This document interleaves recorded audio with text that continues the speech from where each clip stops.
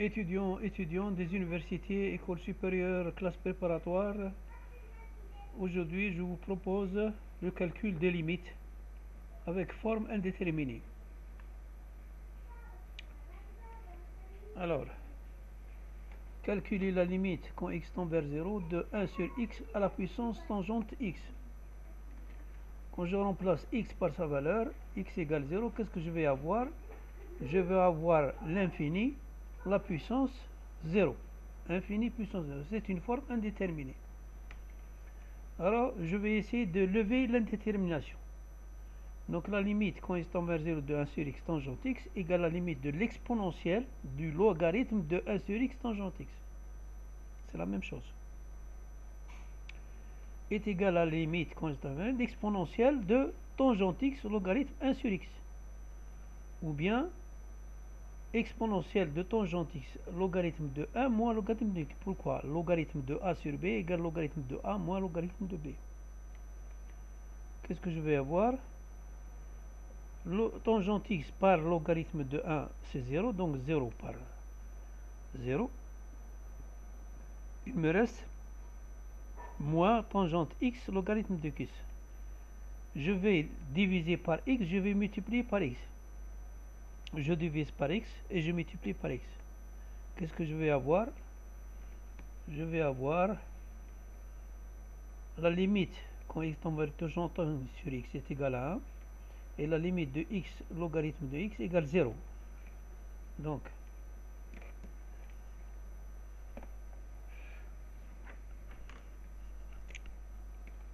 ceci est égal à 1 et ceci est égal à 0. Donc, est égal à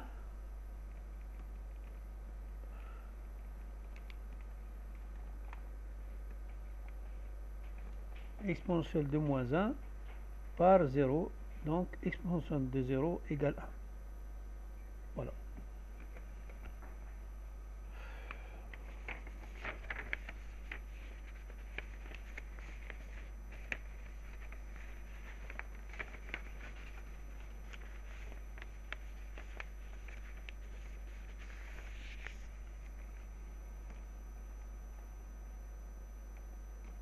Alors, le deuxième exercice, calculer la limite quand x tend vers 1 de 1 sur logarithme de x moins x sur logarithme de x. Si je remplace x par 1, j'aurai donc 1 sur 0 moins 1 sur 0.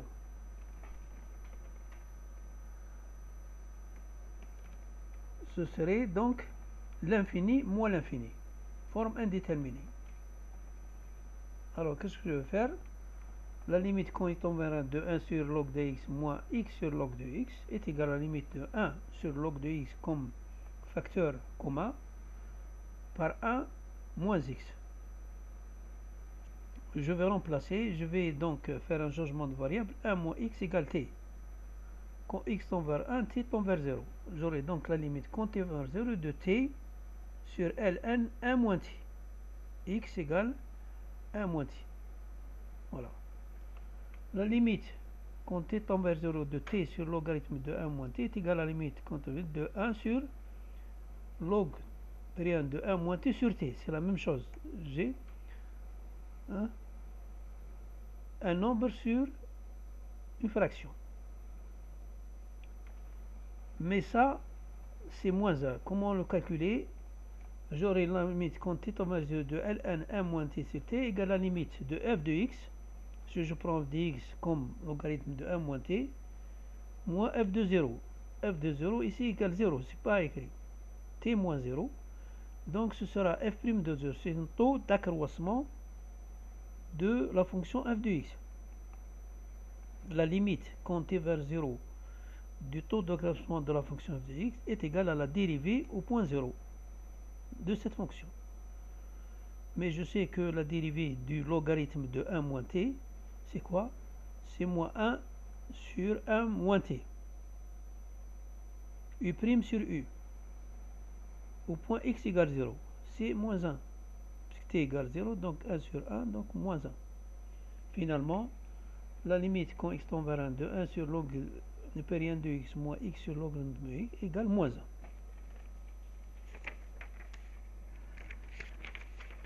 Troisième exercice.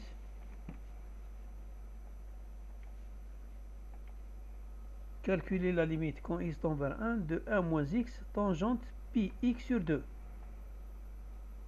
Quand x tend vers 1, nous avons 0 ici. Et tangente de pi sur 2, c'est l'infini. Donc 0 par l'infini. C'est une forme indéterminée. Posons 1 moins x égale t. Quand x tend vers 1, t tend vers 0. Alors limite quand x tend vers 2, etc. égale la limite quand t tend vers 2 t, tangente pi sur 2 moins pi sur 2 t. Pourquoi? Parce que j'ai remplacé le x par le x 1 moins t. Voilà, 1 moins t. Alors, j'utilise les formules trigonométriques. Tangente de a moins b est égale, ou bien tangente pi sur 2 moins x plus 2 est égale à sinus pi sur 2 moins pi sur 2 t sur cosinus sur 2 moins pi 2 sur 2. Mais je sais que le sinus de a moins b est égal au sinus de a cosinus b moins sinus b cosinus a. Cosinus de a moins b est égal à cosinus de a cosinus b plus sinus de a sinus b. Je vais remplacer. Alors, sinus pi sur 2 c'est 1. Donc il reste cosinus pi sur 2 t. Ici, sinus pi sur 2 égale 0. Égale 1. Non. Cosinus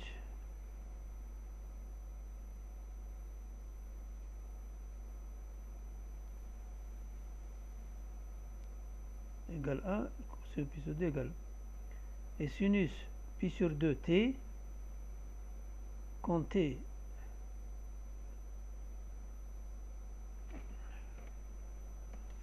tend vers 0, c'est 0.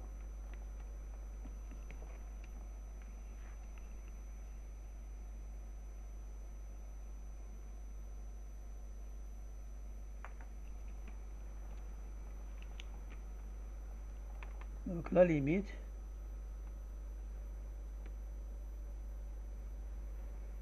quand t tend vers 0 est égale, je remplace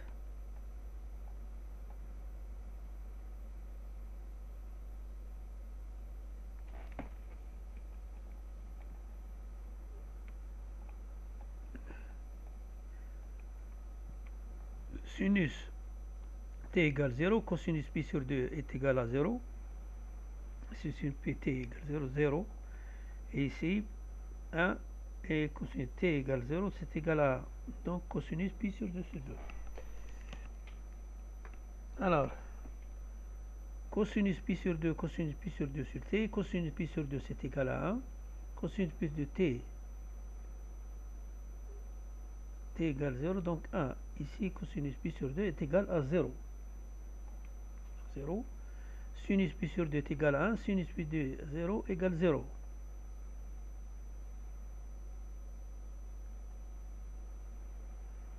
Sinus pi de égale à 1, sinus pi de égale t. T.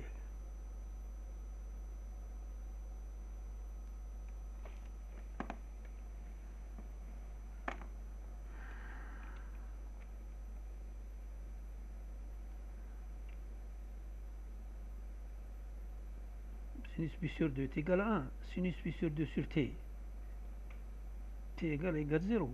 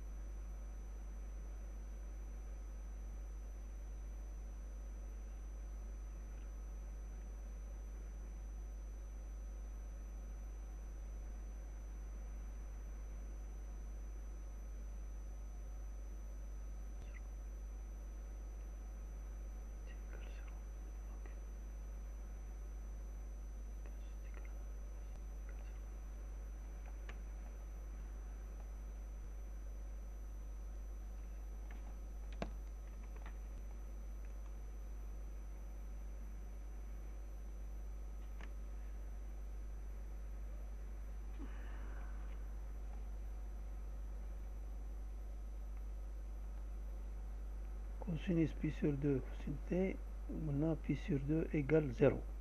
C'est clair. Sinus pi sur d égale 1, sinus pi sur 2 sur t.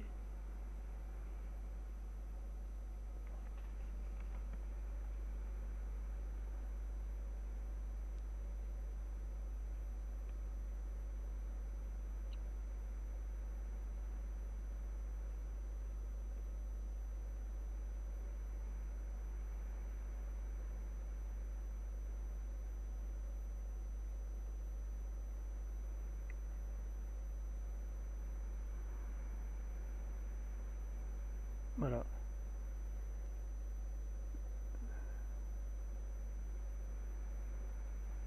Pourquoi ici c'est 0 et ici c'est 0?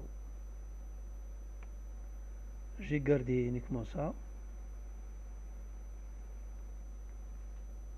Alors,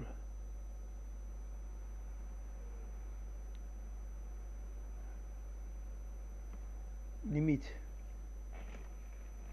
Alors, ici, c'est sinus pi, cosinus pi sur t. Je garde cosinus pi sur t, et ici c'est 1. Moins 0. Donc, cosinus pi sur 2 égale 0, donc moins 0. Donc, je garde cosinus pi sur 2 sur t. Sur sinus pi sur 2 sur t. Je ne vais rien faire pour le moment, parce que si je applique t, ici j'aurai 1, 0, de plus l'infini. Donc, c'est pas intéressant. Donc, je vais appliquer le t. Le t tangente v égale limite t cosinus pi sur 2 sur t, pi 2 sur t. Je vais multiplier par pi sur 2 sur t sur sinus pi sur 2 sur t. Et je vais le supprimer, pi sur 2 sur t. Sans oublier le t ici. Voilà le t. Cosinus pi sur 2 sur t. Alors, t sur pi sur 2 sur t, déjà, le t, il s'en va.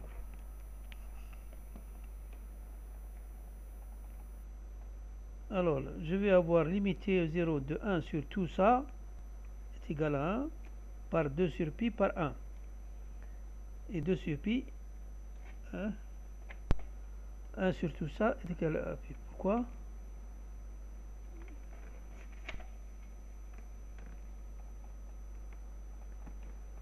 Limite quand pi sur 2t tend vers 0 égale 1. Donc 1 sur 1 multiplié par 2 sur pi, puisqu'ici j'ai un nombre sur une fraction, je multiplie le nombre par l'inverse de la fraction, ça veut dire 2 sur pi. J'aurai finalement 2 sur pi, donc 2 sur pi. Donc la limite de 1 moins x tangente pi sur x sur 2 égale 2 sur pi, c'est le résultat final.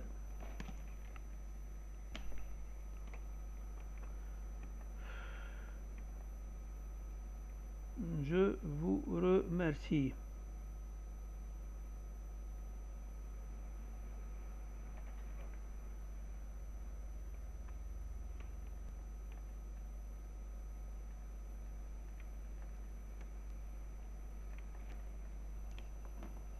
Je vous remercie.